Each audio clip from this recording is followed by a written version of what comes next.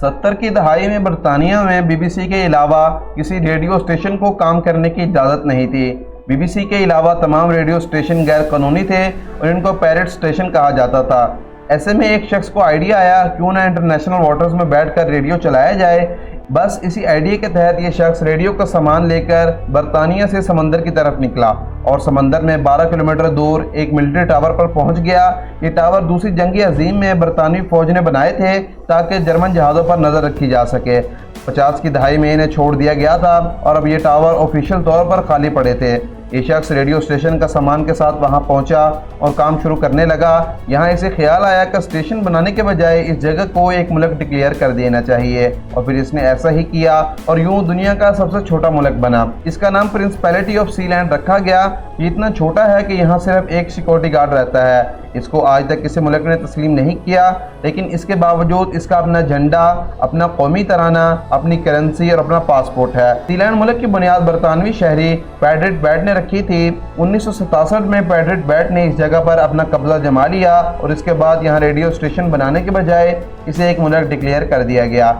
इस तरह ये इस मुल्क की आज़ादी की जंग थी। इसके बाद भी इस मुल्क ने 2 जंगें लड़ी। एक बार इस मुल्क ने हमला किया और दूसरी बार अपने मुल्क का कामयाबी के साथ दिफा किया। 1967 में बरतानिया के सरकारी एहलकार सीलैंड में नेविगेशन के काम के लिए आए तो पैट्रिक के बेटे माइकल ने इन पर फायरिंग कर दी। ये वार्निंग थी जिसमें बरतानिया को सीलैंड की हदूद से बाहर रहने को कहा गया। ये इस मुल्क की दूसरी जंग थी जो अपनी इलाकाई खुद मुख्तारी को मनवाने के लिए की गई थी।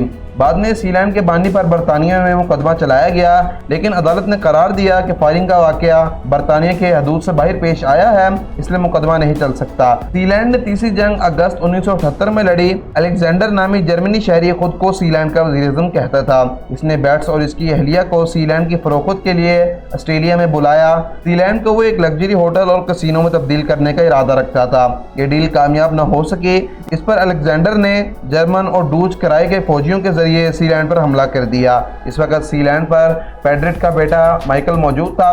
किराए के फौजियों ने माइकल को यरगमाल बना लिया, लेकिन जल्द ये नौजवान खुद को आज़ाद करने और इस हमले को नाकाम बनाने में कामयाब हो गया। इसने किराए के फौजियों को वहां से भगा दिया और अलेक्जेंडर को कैद कर लिया। अलेक्जेंडर के पास सीलैंड का पासपोर्ट मौजूद था। इस वजह से इसके खिलाफ इस छोटे से मुल्क में गद्दारी का मुकदमा चलाया गया। इसकी रिहाई के लिए तकरीबन $35,000 जुर्माना रखा गया। अलेक्जेंडर की रिहाई के लिए जर्मनी ने अपने सफीर को जर्मनी से सीलैंड भेजा। कई हफ्तों के मुज़ाकरात के बाद अलेक्जेंडर को रिहा कर दिया गया। इस मुल्क को एक बहुत भारी रकम के एवज खरीदने की कोशिश की जा चुकी है, लेकिन इसका अफगानी ऐसा करने को बिल्कुल तैयार नहीं।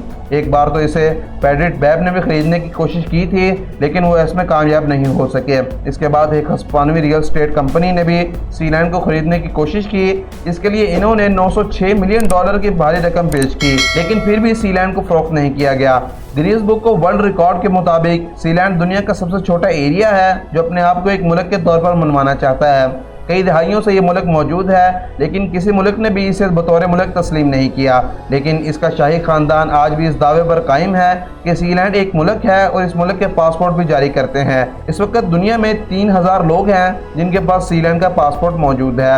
यूरोपीय यूनियन सीलैंड के पासपोर्ट को एक फैंटेसी पासपोर्ट तस्वुर करती है। इस पासपोर्ट पर किसी भी मुल्क का विजिट नहीं किया जा सकता। अलबत्ता अगर आपने सीलैंड का विजिट करना है तो वीज़ा की ज़रूरत लाजमी पड़ेगी। यहाँ जाने के ख्वाहिशमंद लोग लंदन से 2 घंटे का सफ़र करके सफूक नामी बरतानवी शहर जाते हैं।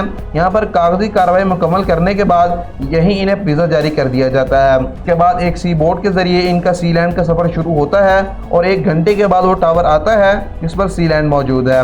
इस मुल्क में 7 बेडरूम, 1 किचन और यहाँ तक कि जेल भी मौजूद है। सीलैंड देखने जाने वाले लोगों को इस मुल्क में खाने को कुछ नहीं मिलता, बल्कि इन्हें अपना पका पकाया खाना या रेडीमेड खाना बरतानिया से लेकर ही सीलैंड जाना होता है। इसी तरह आप दुनिया के सबसे छोटे मुल्क का सफ़र कर सकते हैं। आज के लिए इतना ही। अगर आपने अभी तक हमारे चैनल को सब्सक्राइब नहीं किया तो लाजमी सब्सक्राइब करें और बेल आइकन को प्रेस करना ना भूलें। मिलेंगे एक नई वीडियो में, तब तक के लिए अल्लाह हाफिज़।